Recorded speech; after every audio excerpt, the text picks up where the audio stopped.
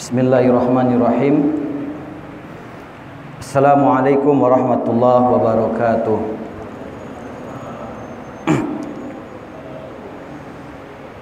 Alhamdulillahi rabbil alamin.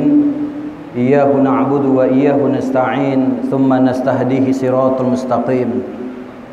Siratal ladzina an'ama Allah 'alan nabiyyina was-siddiqin wa syuhada'i was-solihin wa ulaika hum khairur rafiqin. Wa salawatullahi wa salamuhu ala nabiyyina Muhammadin wa ala alihi wa ashabihi ajma'in, amma ba'd. Yang kami muliakan, yang kami hormati ketua dan segenap pengurus DKM Masjid Nurul Islam, ya Pak ya. Kemudian yang kami muliakan imam kita, ini guru kita juga Pak ya. Ya Ustadz Afrizal ya Pak Afrizal. Bapak-bapak, ibu-ibu serta anak-anak kita jamaah salat Isya jamaah salat Maghrib yang dimuliakan Allah Subhanahu wa taala. Kembali kita memuji dan bersyukur kepada Allah Subhanahu wa taala atas segala limpahan karunia-Nya yang senantiasa dan terus Allah berikan kepada kita semua. Di antara nikmat itu ialah salah satunya ialah di mana Allah mudahkan langkah kita untuk hadir ke masjid melaksanakan salat berjamaah yang akan menjadi topik pembahasan kita malam ini. Selawat beriring salam semoga selalu tercurahkan kepada qudwah kita, panutan kita Nabi Muhammad sallallahu alaihi wasallam. Semoga kita semua, keluarga kita, anak-anak kita senantiasa mendapatkan taufik, inayah dan hinayah Allah Subhanahu wa taala untuk terus semangat menghidupkan, mengamalkan sunnah-sunnah yang telah Rasulullah ajarkan kepada kita, sehingga kita mendapatkan syafaat beliau pada yaumil hisab kala nanti. Amin, Allahumma amin. Bapak Ibu, orang-orang tua kami serta anak-anak kami jamaah Masjid Nurul Islam yang kami muliakan, sebelumnya kami menyampaikan salam dari Ustadz Riza yang seyogianya mengisi majelis ini, berhubung beliau sedang ada kegiatan di Batam. Beliau mengamanahkan kepada kami Bapak Ibu untuk menggantikan beliau. Tentunya kami mohon ya izin dari Bapak Ibu tanpa mengurangi ta'zim beliau kepada bapak-bapak orang tua kami semua. Perkenankan kami untuk menggantikan beliau untuk menyampaikan, melanjutkan kajian kita, kajian hadis, di mana malam ini kita memasuki hadis ke-10 di kitab Riyadhus Shalihin, masih di bab tentang niat, masih tentang bab tentang ikhlas dan urgensi niat, hadis ke-10. An Abi Hurairah, diriwayatkan dari Abi Hurairah radhiyallahu anhu, Allah senantiasa meridhoi atasnya, qala, berkata Abi Hurairah, qala Rasulullah sallallahu alaihi wasallam, Rasulullah bersabda, salatul rajuli, salatnya seorang laki-laki kita, pemuda ar-rijal, jama'atan, berjamaah, sebagaimana yang sudah kita laksanakan tadi, salat maghrib berjamaah, ala salat tazidu ala salatihi, tazid lebih diutamakan atau lebih utamanya lebih, ya tazid lebih secara bahasa, ala salatihi fi suqihi wa baitihi, lebih diutamakan daripada ia melaksanakan salat sendirian di pasar maupun di rumah. Suq artinya pasar, fi suqihi wa baitihi. maupun ia melaksanakan sholat di rumah. Dari nas ini yang pertama Bapak Ibu ya, menjelaskan ya, Rasulullah menjelaskan bahwasanya lebih diutamakan, afdol ya, diutamakan karena memiliki keutamaan yang lebih, tazidu artinya lebih. Maksud lebih di sini ialah bahwasanya banyak keutamaan fadail ya, fadilah keutamaan, fadail keutamaan. Ketika seseorang melaksanakan sholat fardu berjamaah di masjid daripada ia melaksanakan sholat di pasar maupun di rumah. Kenapa? Dikhawatirkan kurang khusyuknya ia melaksanakan sholat ketika ia laksanakan di pasar maupun di rumahnya. Apalagi di pasar Bapak Ibu. Di pasar dengan interaksi kita, aktivitas kita ya. Ketika seseorang melaksanakan sholat di pasar, dikhawatirkan nanti datang orang pembeli. Tentunya ini akan mengganggu atau mengurangi kekhusyukan seseorang yang sedang melaksanakan sholat. Ini alasan pertama, keutamaan pertama. Diutamakan kita melaksanakan sholat berjamaah di masjid daripada di rumah maupun di pasar.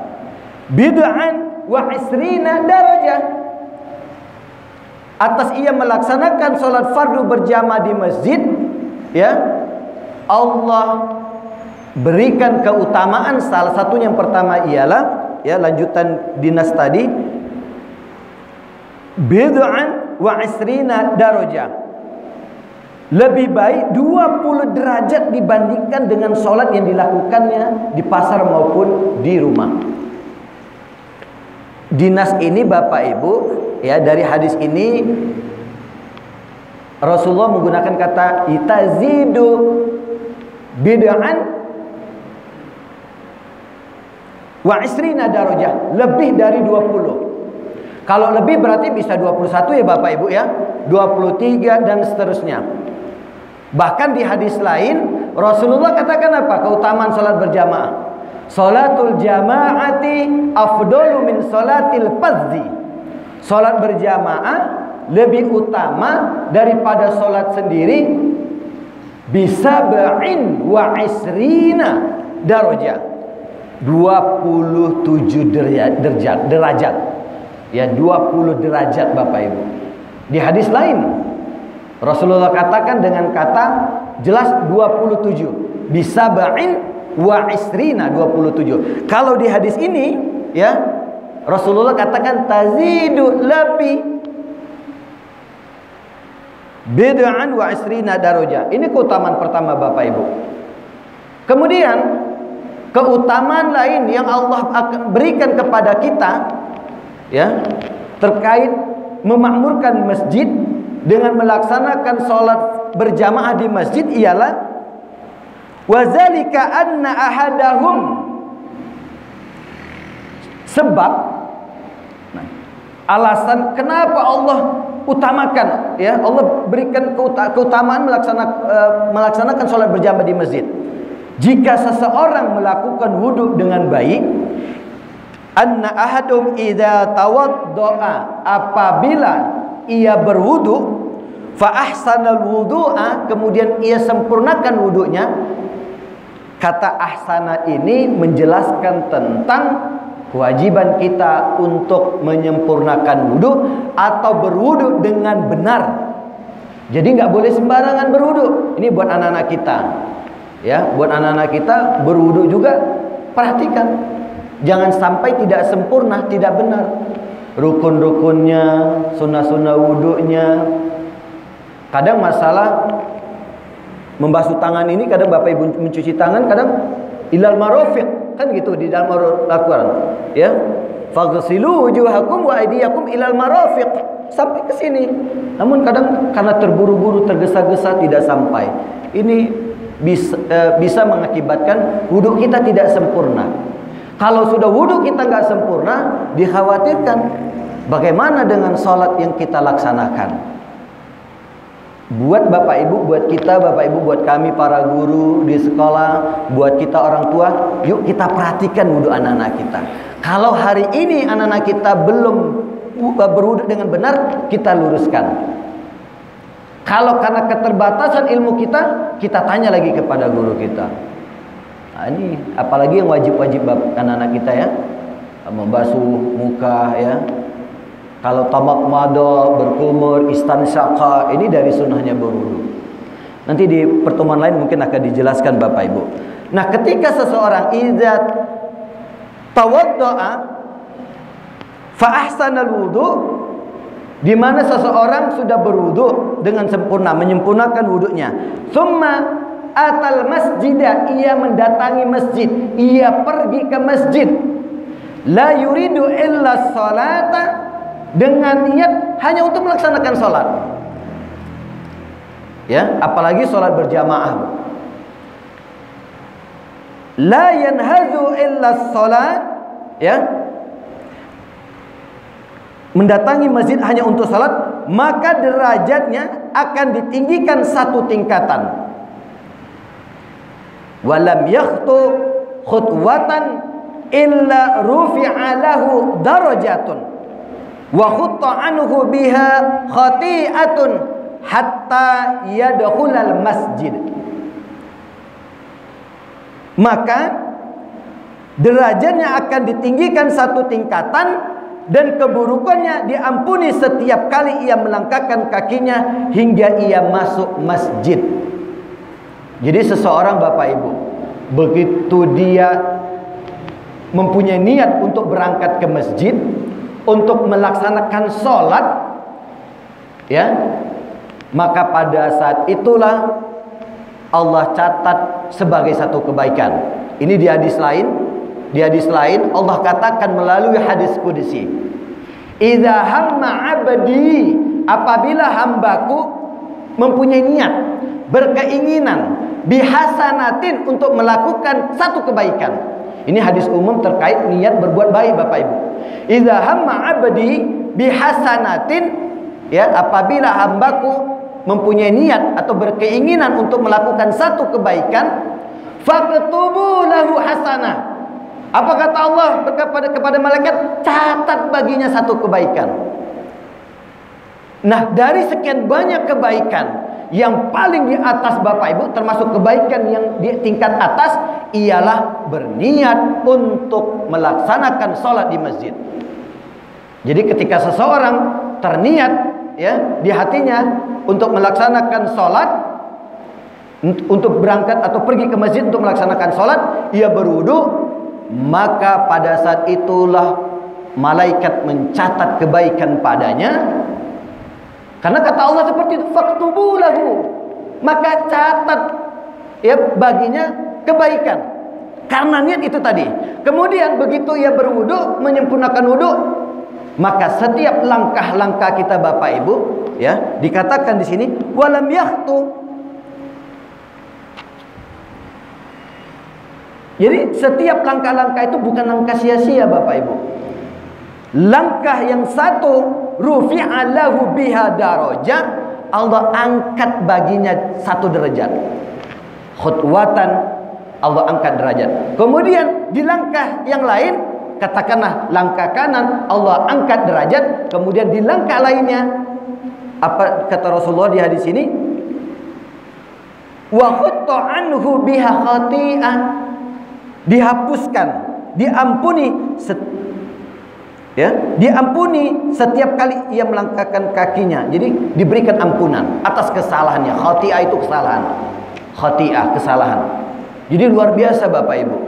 Ketika seseorang sudah berniat mau melangkahkan kakinya menuju ke masjid untuk sholat, sudah tercatat sebagai kebaikan. Kemudian setiap langkahnya bukan langkah yang sia-sia. Allah beri apa tadi? Rufi'a lahu darajah, diangkat, ya, baginya derajat. Kemudian langkah yang lain, keutamaan ialah untuk menghapus dosa kita. Ini luar biasa Bapak Ibu. Ternyata berjamaah di masjid, melaksanakan sholat berjamaah di masjid, belum sampai masjid aja, apalagi melaksanakan sholat berjamaah, Sudah banyak keutamaan-keutamaan yang Allah berikan kepada kita. Baru menuju masjid, berniat melangkahkan kaki, Allah berikan keutamaan. Itu tadi Bapak Ibu. Makanya kadang ya lebih diutamakan kita berwuduknya di rumah. Ya Bapak Ibu, berwuduknya di rumah diutamakan. Ya kalaupun nanti tiba-tiba di perjalanan wuduk kita batal, kita berwuduk kembali. Begitu tibanya di masjid. Kemudian di hadis lain Rasulullah katakan, ketika seseorang masuk masjid kemudian dia berdoa. Anak-anak kita ingat doa masuk masjid apa? Allahumma ftahli abwaaba rahmatik. Ketika seseorang masuk ke masjid dan mengucapkan doa tersebut, Allahumma ya Allah, iftahli, bukakanlah kepadaku, bagiku, abwaaba, pintu-pintu rahmatik, pintu-pintu rahmatmu. Maka para malaikat mengucapkan Allahumma ghfir lahu warhamhu. Ya Allah, ampunilah baginya, ampunilah ia dan rahmatilah ia. Karena doa tadi, ya Allah, bukakanlah bagiku pintu-pintu rahmatmu. Pintu-pintu banyak. Berarti banyak rahmat yang kita mohon, yang kita minta kepada Allah. Langsung malaikat menjawab atas doa tersebut, Allahumma ghfir lahu warhamhu. Ya Allah, ampuni baginya, ampuni dia, ampuni dosanya, warhamhu. Dan di hadis ini juga seperti itu, dengan nas yang lain, dengan redaksi yang lain.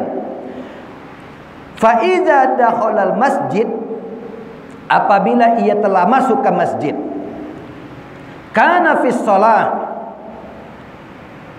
bila ia telah masuk masjid, ia diberi pahala sebagaimana orang yang melakukan solat. Fa idza dakhala al-masjida kana fi sholati. Hadirnya kita di masjid Bapak Ibu, belum lagi melaksanakan solat, sudah hadir dengan niat tadi menyempurnakan wudu, kita membaca doa Allahumma ftahli abwaaba rahmatik, sudah tercatat. Allah sudah beri kita keutamaan orang melaksanakan solat, padahal belum melaksanakan solat. Udah berapa keutamaan yang Allah berikan nih Bapak Ibu terkait keutamaan kita memakmurkan masjid. Kemudian kana fi sholati makanatis sholatu fahiya tahbisuhu wal malaikatu yusalluna ala ahadikum ma dama fi majlisihi allazi shalla fihi. Bila ia telah masuk masjid, ia diberi pahala sebagaimana orang yang melakukan sholat sekalipun dia hanya duduk. Apalagi kalau ia melaksanakan sholat tahiyatul masjid, ada keutamaan lain, keutamaan melaksanakan tahiyatul masjid. Ya, begitu masuk kita laksanakan 2 rakaat sholat sunnah tahiyatul masjid, duduk saja Allah catat pahala orang-orang yang sholat sebagaimana orang sholat, apalagi yang melaksanakan sholat. Kemudian begitu azan iqamah kita laksanakan sholat sunnah rawatib, kemudian sholat wajib berjamaah, maka akan banyak keutamaan lain yang Allah berikan kepada kita. Selama ia menanti sholat berjamaah, ya sekalipun dia hanya duduk, selama ia menanti sholat berjamaah sambil menunggu saja Bapak Ibu, menunggu waktu sholatnya tiba, ya nunggu azan, iqamah dan melaksanakan sholat berjamaah, Allah beri keutamaan sebagaimana keutamaan orang yang sholat. Para malaikat pun mendoakan seseorang. Ini di hadis ini baru. Kalau di hadis lain tadi dikatakan apabila seseorang masuk masjid kemudian berdoa Allahumma ftahli abwaaba rahmatik, ya, maka malaikat mengatakan Allahumma ghfir lahu warhamhu. Di hadis ini, ya, para malaikat pun mendoakan seseorang. Wal malaikatu, para malaikat, yusalluna ala ahadikum, yusalluna mendoakan atas salah satu di antara kalian, ya, seseorang yang masuk masjid tadi. Madama fi majlisihi, ya selama ia duduk, ia berada di dalam masjid, allazi shalla fihi, ya, para malaikat pun mendoakan seseorang selama ia di tempat sholatnya. ya, ia belum meninggalkan masjid. Maksudnya adalah dia belum meninggalkan masjid, masih berada di masjid. Makanya kadang Bapak Ibu ya, di hadis lain dikatakan seseorang kalau sudah berada di masjid kemudian azan, itu pantang, tidak boleh dia meninggalkan masjid, keluar. Ada kadang Bapak Ibu kalau sudah azan, ya udah kita tetap di masjid sampai kita melaksanakan sholat berjamaah. Ini kan terkadang ada Bapak Ibu, mohon maaf ini, terkadang ada pertemuan. Karena saya kebetulan tetangga juga di kampung sebelah, kita pengurus DKM.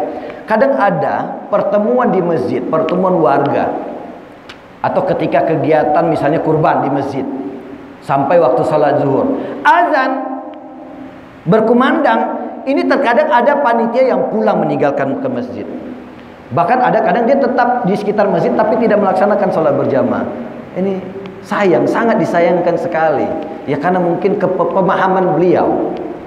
Bahkan kadang itu tadi lah Bapak Ibu, kita rapat pertemuan di masjid, kemudian azan, ya misalnya antara maghrib sama isya gitu kan.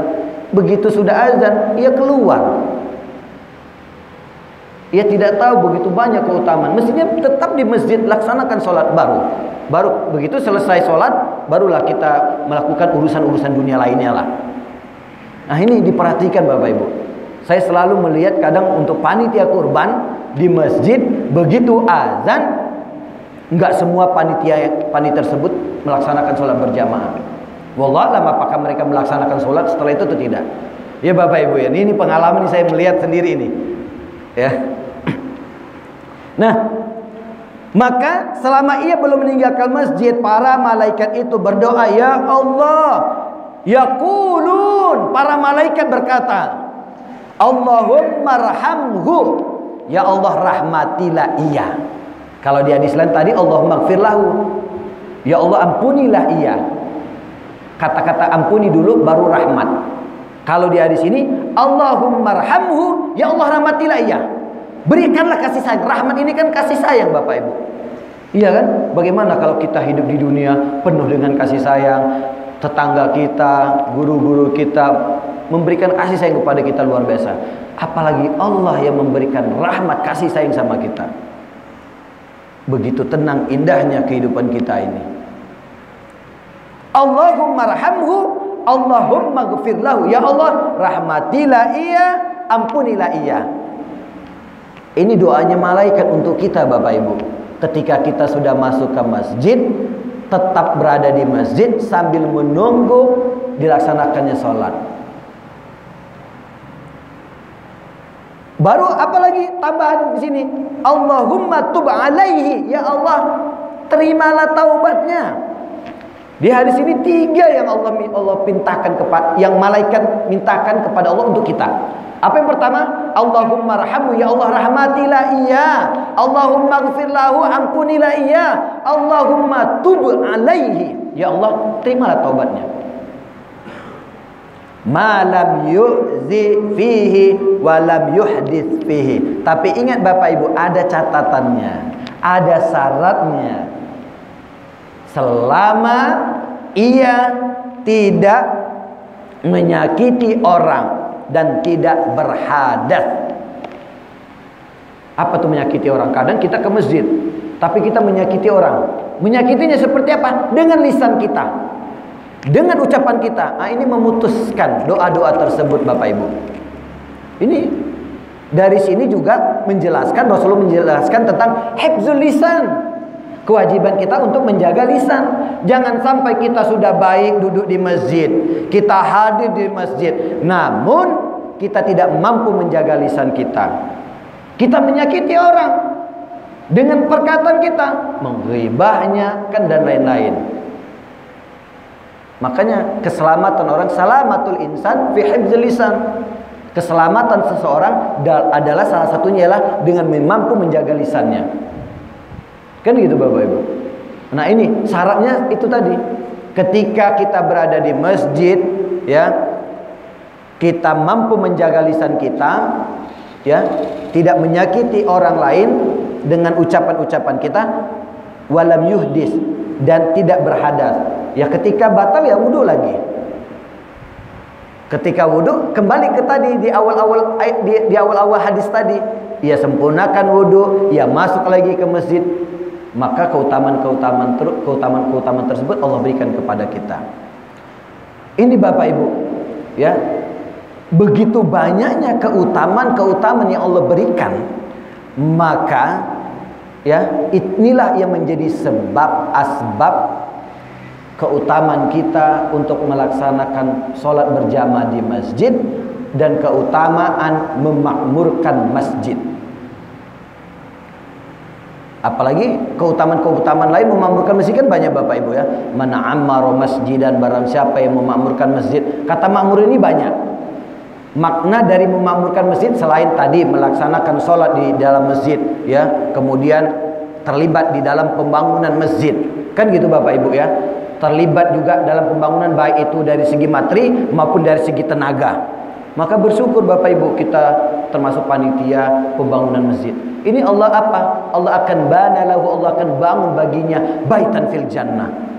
Udahlah masuk surga, Allah bangunkan rumah. Ini kan salah satu keutamaan orang-orang yang memakmurkan masjid.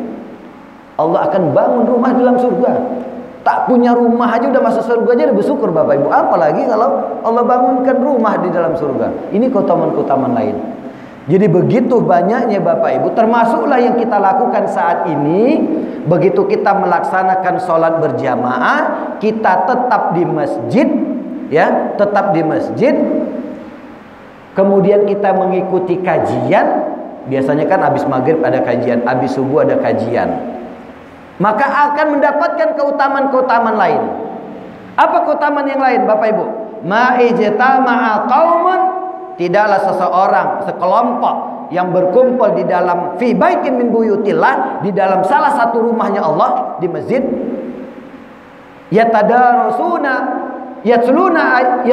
kitab Allah, di mana di dalamnya ada apa? Membaca ayat-ayat Allah, firman Allah, wa yatadarasuna bainahum, belajar. Kajian ini kajian ini ialah bagian daripada dirasah.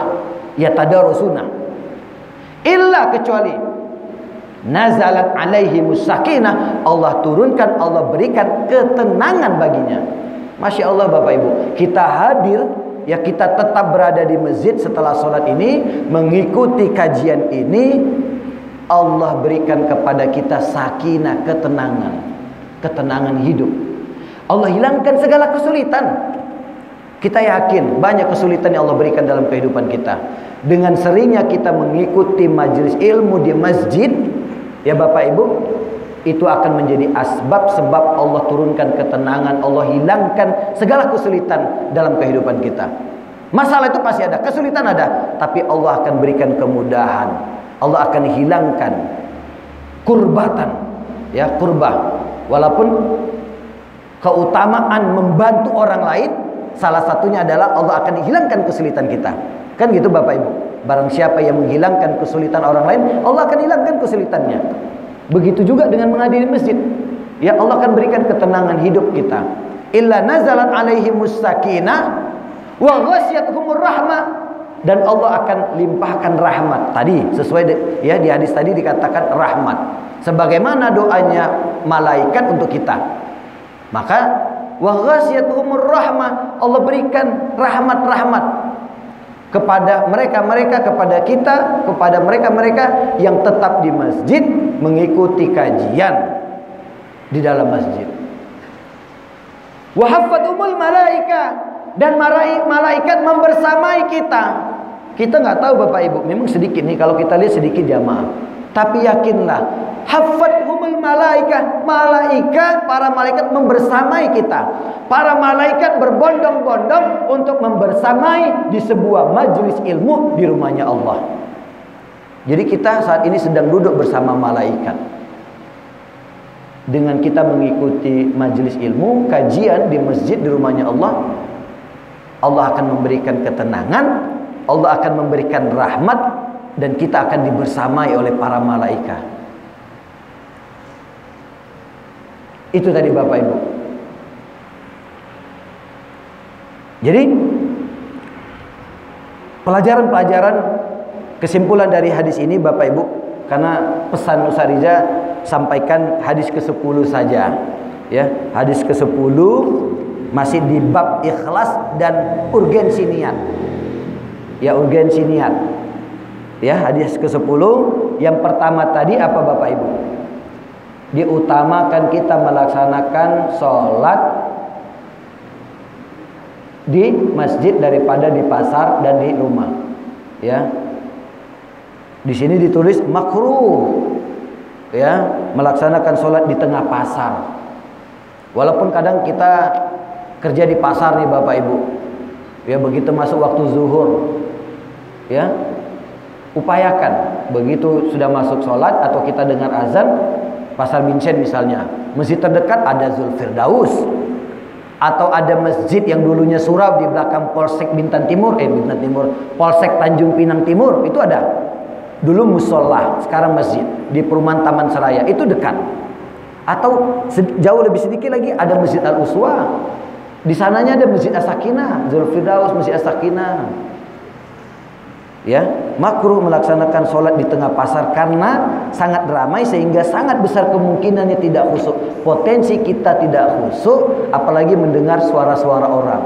Langsung pikiran kita masalah jual beli tentunya.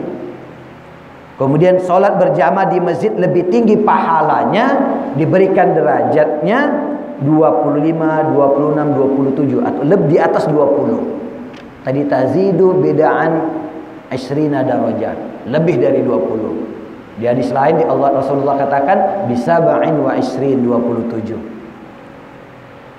Seperti dijelaskan di riwayat-riwayat lain.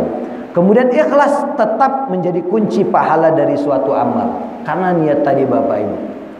Salat adalah ibadah paling utama karena para malaikat berdoa untuk orang-orang yang salat.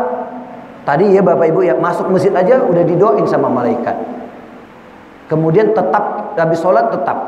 Apalagi sholat-sholat yang dibaca jelas. Sholat maghrib, sholat isya, sholat subuh. Ketika imam mengatakan di penghujung surah Al-Fatihah, ihdinas siratal mustaqim, ya Allah tunjukilah kami jalan yang lurus. Ini kan doa Bapak Ibu ya. Tunjukilah kami jalan yang lurus. Jalan yang lurus itu jalan seperti apa? Siratal ladzina an'amta alaihim, jalan yang engkau berikan nikmat kepada minan nabiyyin wasiddiqin wasyuhada'i wassalihin wa hasuna ulaika rafiqa.